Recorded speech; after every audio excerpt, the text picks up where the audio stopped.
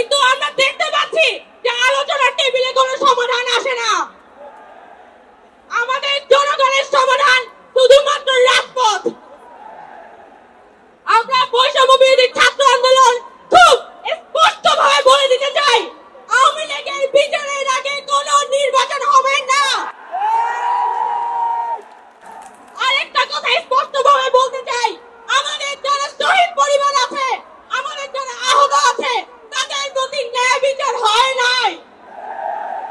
এই মানুষগুলোর proper treatment, তাদের পুনর্বাসন হইতে হবে এবং সরকার সম্পূর্ণ দায় নিয়ে এই পরিবারগুলোর সেফটি, যার হাত চলে গেছে, পা চলে গেছে, যার চোখ চলে গেছে, তার সেফটি সরকারকে দিতে হবে। তার চাকরি, তার জীবনের নিরাপত্তা সরকারকে দিতে হবে।